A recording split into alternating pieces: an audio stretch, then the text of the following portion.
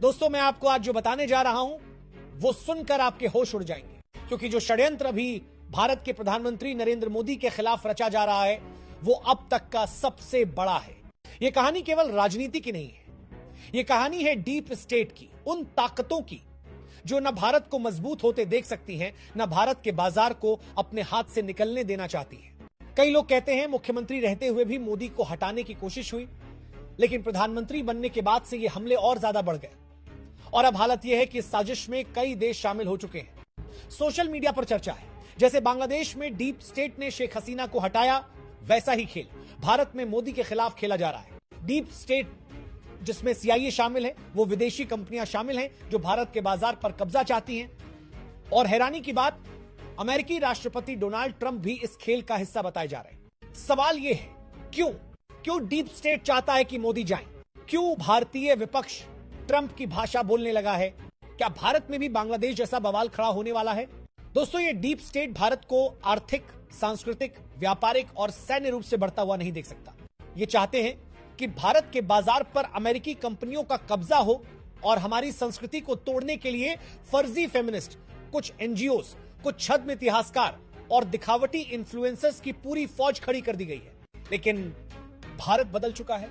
आज भारत दुनिया की आंखों में आंख डालकर बात कर रहा है और यही डर डीप स्टेट के दिल में बैठ चुका है। मामला बिगड़ा जब ऑपरेशन सिंदूर हुआ। भारत ने पाकिस्तान में घुसकर अमेरिकी F-16 विमानों को नुकसान पहुंचाया, पाकिस्तान को अमेरिका की गोद से खींचकर मारा। बस उसी दिन से पीएम मोदी को हटाने का खेल और तेज हो गया। अमेरिका, पाकिस्तान, बांग्लादेश और भारत की कुछ विपक्षी पार्टियां सब एक लाइन में आ गए। ट्रंप के सीजफायर वाले बयान को लेकर विपक्ष ने मोदी को सरेंडर मोदी कहा, सेना के मनोबल पर हमला हुआ, यहां तक कि वोट चोरी का आरोप भी लगाने लगे। वैसा ही पैटर्न जो बांग्लादेश में शेख हसीना और पाकिस्तान में इमरान खान के खिलाफ इस्तेमाल हुआ था। और दोस्तों, ये मत भूलिए, जब इमरान खान पुतिन से मिलने गए थे उसी दिन रूस यूक्रेन युद्ध शुरू हुआ था। अमेरिका ने वही फैसला कर लिया था, इमरान अब प्रधानमंत्री नहीं रहेंगे। आज वही स्क्रिप्ट भारत में लिखी जा रही है, क्योंकि भारत सबसे तेजी से बढ़ती अर्थव्यवस्था है। दुनिया यहां व्यापार करना चाहती है, लेकिन पीएम मोदी साफ कह चुके हैं, राष्ट्रीय हित पहले। यही डीप स्टेट को बर्दाश्त नहीं। अब सवाल यह नहीं कि मोदी के खिलाफ षड्यंत्र हो रहा है या नहीं, सवाल यह है क्या भारत इस षड्यंत्र के सामने टिक पाएगा? डीप स्टेट का एजेंडा साफ है, भारत को कमजोर करना, भारत के बाजार पर कब्जा करना और भारत के राजनीतिक नेतृत्व को अपने हिसाब से बदलना। लेकिन अब आपको यह समझना होगा डीप स्टेट चलता कैसे है।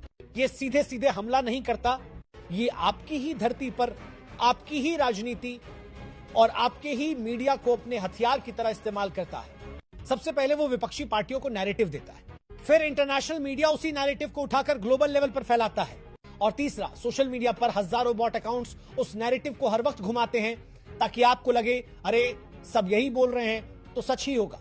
उदाहरण देखिए, जब बांग्लादेश में शेख हसीना के खिलाफ मोर्चा खोला गया, पहले वोट में गड़बड़ी का आरोप लगाया गया, फिर मीडिया ने उसी को हेडलाइन बनाया और अंत में सड़कों पर फंडेड प्रोटेस्ट शुरू कर दिए गए। नतीजा, शेख हसीना को देश छोड़ना पड़ा। अब वही कॉपी पेस्ट स्क्रिप्ट भारत में लागू हो रही है। आपने देखा होगा, अचानक सोशल मीडिया पर वोट चोरी, डिक्टेटर जैसे हैशटैग ट्रेंड करने लगे। अचानक विदेशी पत्रकार भारत के चुनाव पर सवाल उठाने लगे। अचानक कुछ इन्फ्लुएंसर्स जो कल तक कुकिंग वीडियो बना रहे थे वो भी लोकतंत्र बचाओ पर लेक्चर देने लगे। और दोस्तों, सबसे खतरनाक हिस्सा अभी बाकी है। रिपोर्ट्स के मुताबिक डीप स्टेट भारत के अंदर आर्थिक अस्थिरता पैदा करने की कोशिश करेगा। मतलब स्टॉक मार्केट में शॉर्ट सेलिंग, रुपए को गिराने के लिए विदेशी फंड्स का इस्तेमाल और जरूरी सामान के सप्लाई चेन में बाधा डालना। क्यों? ताकि महंगाई बढ़े, लोग नाराज हो और चुनाव में माहौल बदल जाए। लेकिन दोस्तों, पीएम मोदी भी ये सब जानते हैं।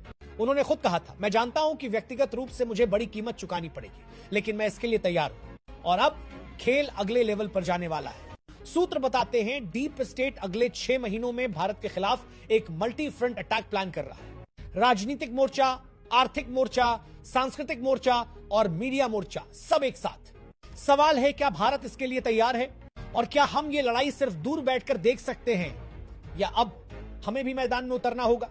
डीप स्टेट जानता है, अगर पीएम मोदी को सत्ता से हटाना है तो जनता का भरोसा तोड़ना होगा। इसके लिए उन्होंने भारत के विपक्षी दलों को 3 तरह के टूल्स दिए हैं। नैरेटिव शिफ्ट, ताकि हर घटना का दोष सीधे मोदी पर जाए। अंतर्राष्ट्रीय दबाव, विदेशी नेताओं और संस्थाओं से बयान दिलवाना कि भारत में लोकतंत्र खतरे में है, सड़क आंदोलन, बड़े शहरों में अचानक फंडेड प्रोटेस्ट करवाना ताकि मीडिया में तस्वीरें जाएं और माहौल खराब हो। दोस्तों, ये कोई थ्योरी नहीं है, ऐसा ही copy paste formula Sri Lanka, Pakistan और बांग्लादेश में भी चलाया गया था। अब दूसरा मोर्चा, आर्थिक हमला। डीप स्टेट को मालूम है कि भारत की ताकत उसका तेजी से बढ़ता हुआ मार्केट है, तो उन्होंने तय किया है कि इस मार्केट में डर फैलाना है। कैसे? विदेशी निवेशकों के जरिए अचानक स्टॉक मार्केट में गिरावट लाना, रुपया गिराने के लिए डॉलर की भारी खरीद करना और भारत की सप्लाई चेन को तोड़ने के लिए जरूरी सामान जैसे फर्टिलाइजर, चिप्स और एनर्जी रिसोर्सेज की डिलीवरी रोकना। इसका असर सीधा आपकी जेब पर पड़ेगा, महंगाई बढ़ेगी, नौकरी घटेगी और लोग गुस्से में आएंगे। यही तो डीप स्टेट चाहता है, आर्थिक दर्द को राजनीतिक गुस्से में बदलना। तीसरा मोर्चा, सांस्कृतिक और सोशल हमला। दोस्तों, डीप स्टेट सिर्फ बंदूक से नहीं, दिमाग से भी लड़ता है। उन्होंने भारत में ऐसे ग्रुप तैयार किए हैं जो हमारी संस्कृति, हमारे इतिहास, हमारे त्योहार तक को टारगेट करते हैं। कुछ एनजीओ, कुछ सोशल एक्टिविस्ट और कुछ ऐसे इन्फ्लुएंसर्स जिनके लाखों फॉलोअर्स हैं, लेकिन असली मकसद सिर्फ एक आपके सोचने का तरीका बदलना। ये लोग लगातार सोशल मीडिया पर यही फैलाते हैं कि भारत में सब गलत है, भारत पीछे जा रहा है, मोदी तानाशाह है, ताकि धीरे धीरे बिना आपको पता चले आपके मन में देश और उसके नेतृत्व के प्रति अविश्वास बैठ जाए। और चौथा मोर्चा, मीडिया वॉर। दोस्तों, आपने नोट किया होगा पिछले कुछ महीनों में विदेशी मीडिया में भारत के खिलाफ रिपोर्ट्स की बाढ़ आ गई है। हर हफ्ते कोई नया एक्सपोज, कोई नई रिपोर्ट जिसमें भारत को बदनाम किया जाता है। ये सब ऐसे नहीं हो रहा, ये एक कोऑर्डिनेटेड मीडिया स्ट्राइक है। इसके लिए करोड़ों डॉलर खर्च किए जाते हैं ताकि आपकी सोच पर असर पड़े।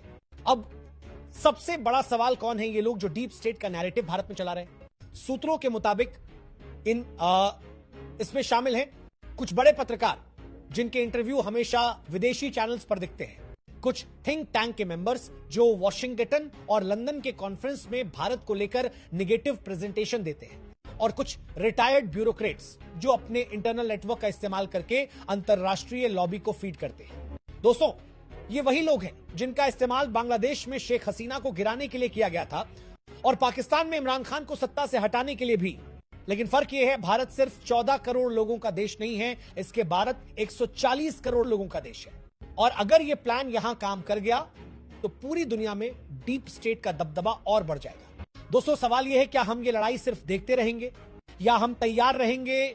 क्योंकि यह सिर्फ एक व्यक्ति की लड़ाई नहीं है, यह भारत के भविष्य की लड़ाई है।